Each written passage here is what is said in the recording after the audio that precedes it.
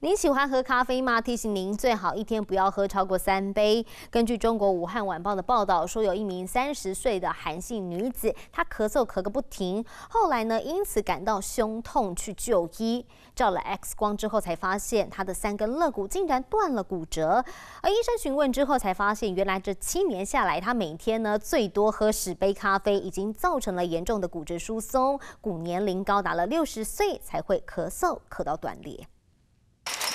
听声音就闻到浓浓的咖啡味。有人每天起床必喝黑咖啡，有人饭后也必须来一杯咖啡，还有睡前习惯咖啡伴你入睡。但不是每个人的体质都适合喝大量的黑咖啡。根据武汉晚报报道，中国有一位30岁的韩姓女子得了流感，咳嗽持续不止。韩姓女子突然胸部剧烈疼痛，隔天到医院 X 光一照，才发现自己的第3、4、5根肋骨出现骨折。她是把自己的肋骨给咳断了。 医生询问韩姓女子的病史，才知道她把咖啡当水喝，长达7年，一天最多喝到10杯。韩姓女子进行骨质密度检测，骨龄相当于60岁的老人，因此医生推断骨质疏松跟长期过量喝咖啡有关系。钙离子的流失，它还会造成钙质的吸收不完整，骨质的破坏会比较严重。